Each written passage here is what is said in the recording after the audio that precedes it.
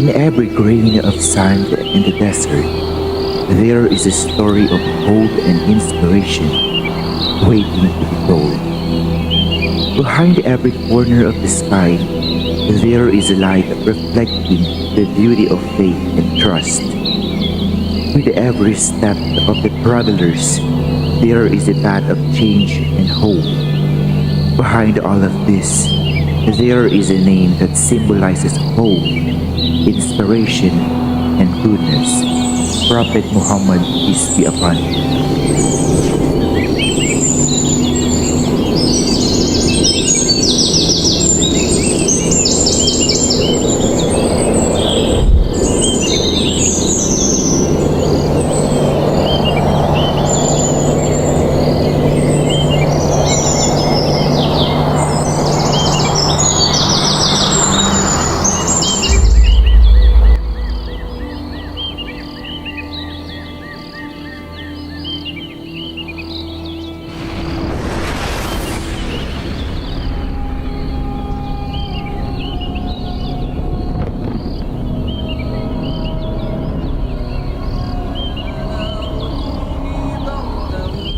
وسلاما على إبراهيم.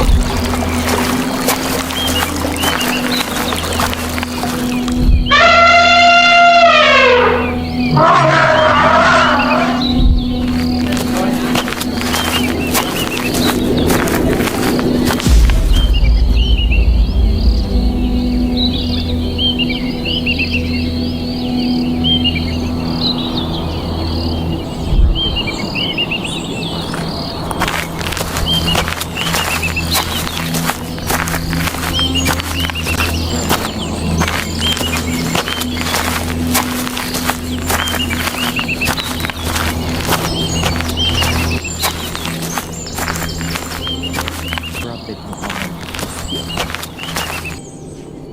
O manglalakbay, saan kayo nagmula? Kami ay nagmula sa Makkah. Balang araw magpapadala ang Allah subhanahu wa ta'ala ng isang propeta. Sino ang pangalan ng propetang iyon?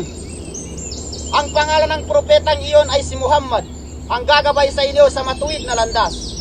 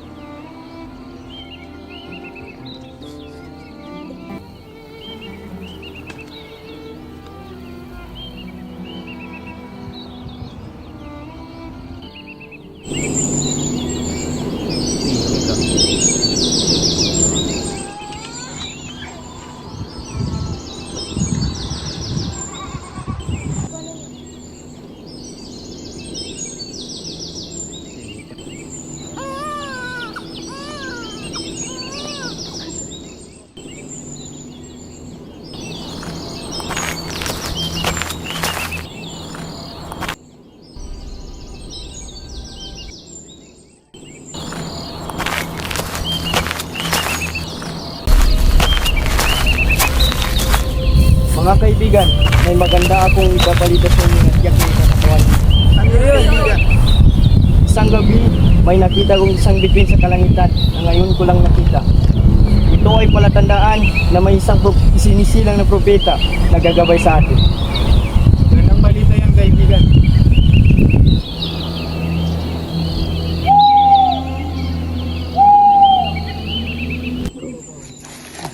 Assalamualaikum. Waalaikumsalam. Mga kaibigan, narinig ko may isang propetang isisilang dito sa Makkah. Kung may silang na propeta dito sa aming lugar, mahusay yun. Dahil siyang magiging propeta naming mga Arabo.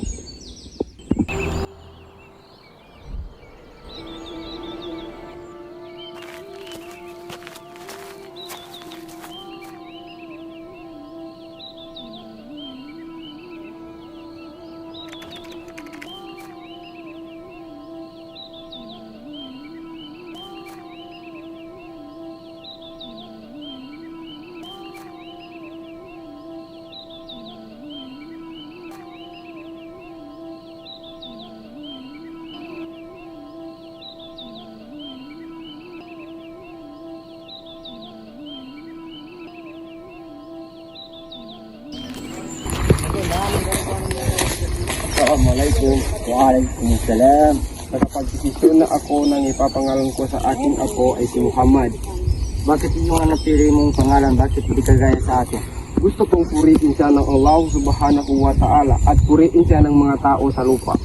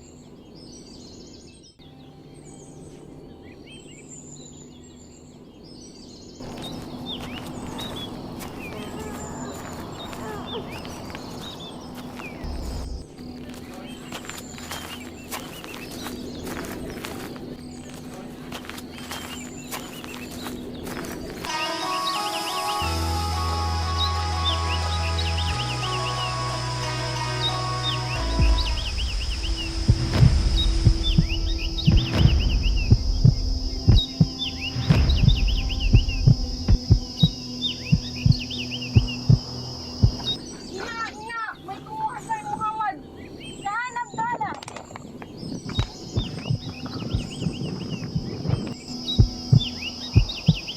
بسم الله الرحمن الرحيم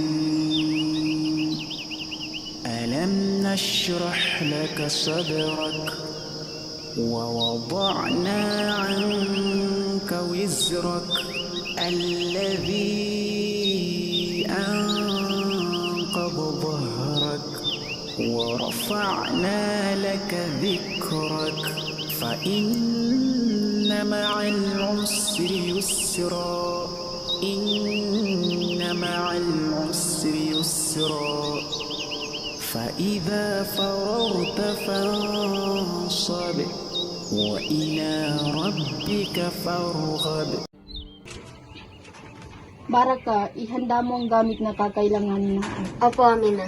Salamat.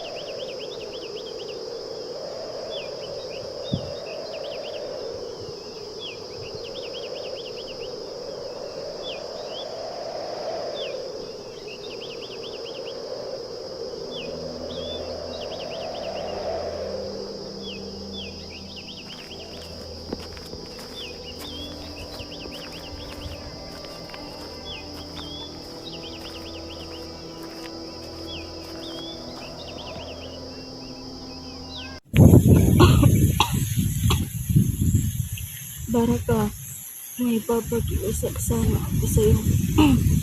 Kung maaari, alagaan mo muna si Muhammad sapagkat simula nang siya ay sinilang ay hindi na nakikita ang kanyang ama. Pero ako, hindi ko lang kung ako nagagawa.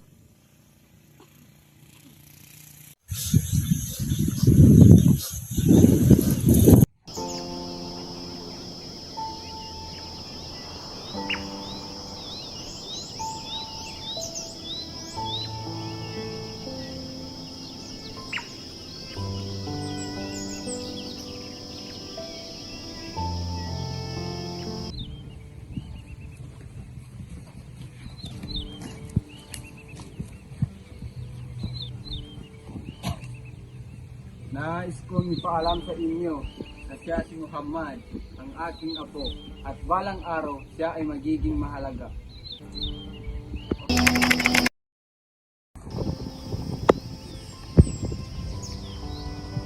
Oo, mahal kong anak.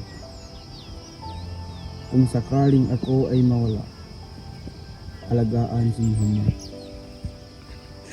Turing mo siyang sarili mong anak. Ingatan at alagaan mo siya ng lubos.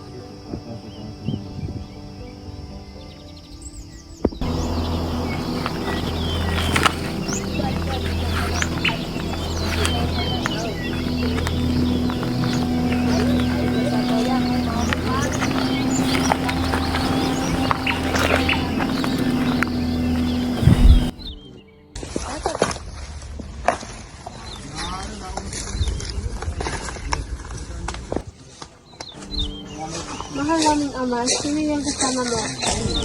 Mga anak siya si Muhammad. Ang aking pinagpamamahal na pamangkin siya ay anak ng aking lumang kapatid na si Abdullah. Mula ngayon is kabilang na sa ating pamilya. Halika, tuloy sa mga naming kapatid.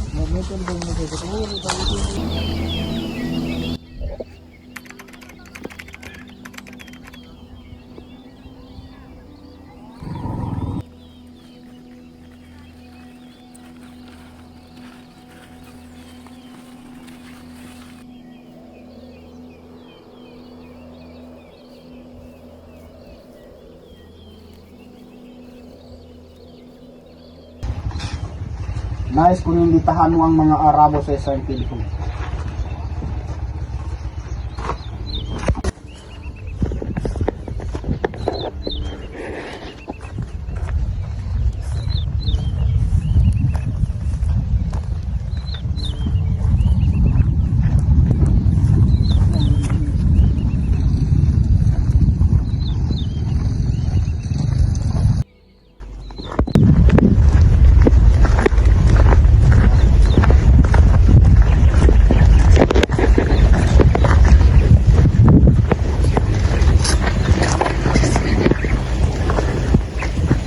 Makakaasa ka, darating kami.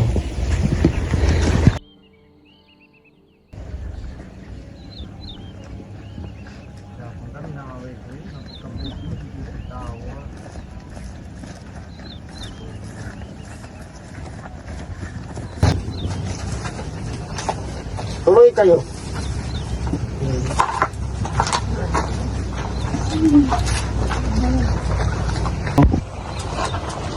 Nandito na ba ang lahat? Sandali lang, meron pang isang naiwan. Binabantayan ng mga gamit maging ang mga kamelyo. Sino ang maaaring tumawag sa kanya? Ako.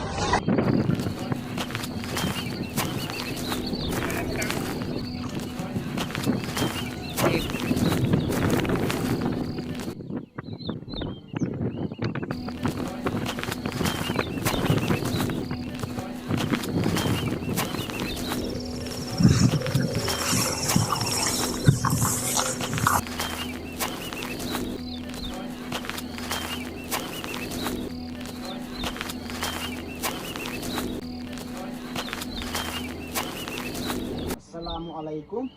Waalaikumsalam. Maaari ba kitang makausap? Oo naman.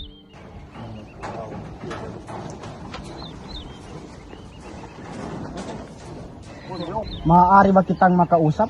Oo naman. Maaari ko bang malaman ang iyong pangalan? Ako si Muhammad, galing sa tribong Quraysh. Anak ako ni Amina at Abdullah. Apo ako ni Abdul Muttalib. Kumusta ka? Sa mga maraming panahon, marami akong pagsubok na natamasa. Kung ganoon, naniniwala ka ba sa Diyos? Isa lang Diyos ang aking pinaniniwalaan, kundi ang Diyos ng aking ama. Kung ganoon, para sa iyo, ano ang layunin ng ating buhay? Isa lamang yun at yun ay sambahin at sundin ang Allah subhanahu wa ta'ala.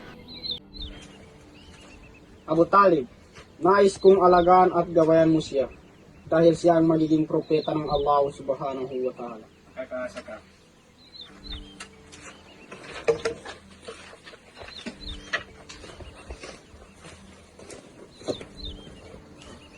والضحى والليل إذا سجى ما ودعك ربك وما قلى وللآخرة خير لك من الأولى ولسوف يعطيك ربك فترضى ألم يجدك يتيما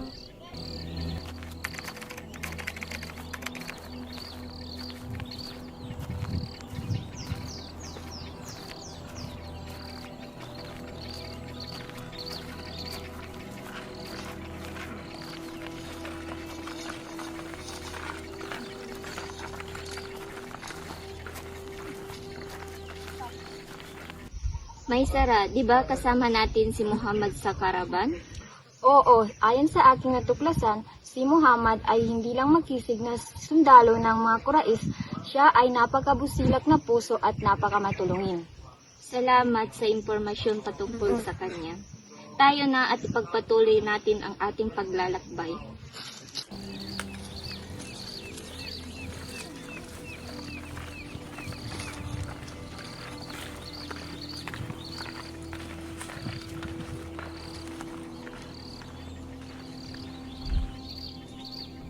Sino ang lalaking nakaupo sa ilalim ng puno?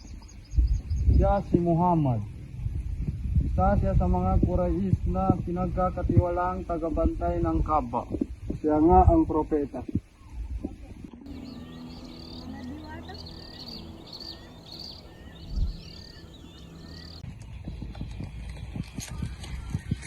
Assalamualaikum. Waalaikumsalam.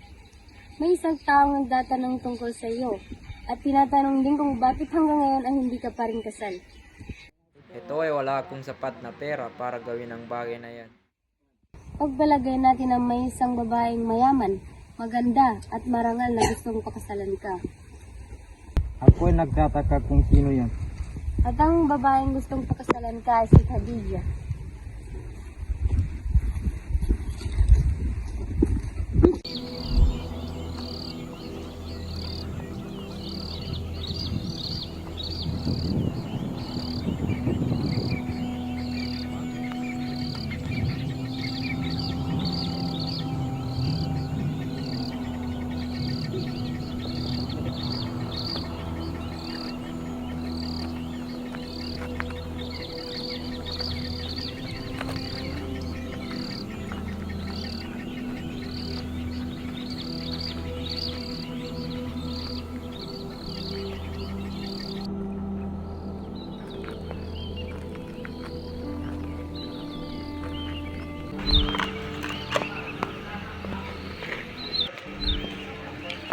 Allahu Akbar. Allahu Akbar. Sami Allahu hamdah. Allahu Akbar. Allahu Akbar.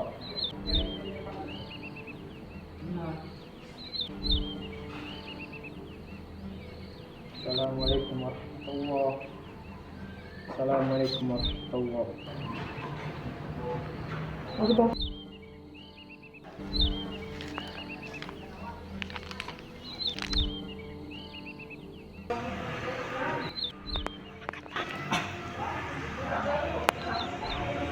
Muhammad, ano ang iyong ginagawa?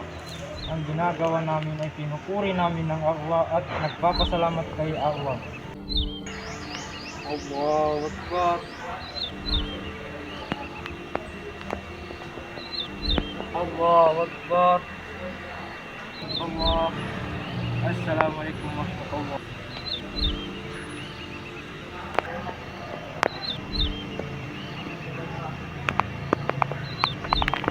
Basahin mo ito. Hindi ko yan mababasa. Basahin mo. Hindi ko talaga yan mababasa. Basahin mo ulit. Ikra bismi rabbikal ladzi khalaq.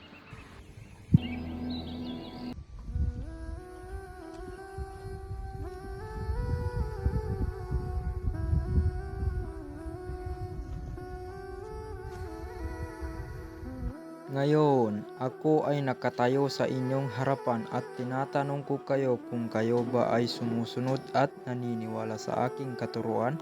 Kami ay naniniwala Binabalaan ko kayo kung ano ang maging kaparusahan kung sino sa inyo ang hindi susunod sa utos ng Allah subhanahu wa ta'ala. Mapahamak ka sana. Tinawag mo lang kami para dito. O mga anak ni Abdul Muttalib, wala akong alam na Arabo na dumating sa inyo na may mensahe gaya sa akin. Dinala ko sa inyo ang balita para sa buhay na ito. At sa susunod na inutusan ako ng Allah subhanahu wa ta'ala na tawagin ko kayo upang kayo ay mapalapit sa Kanya.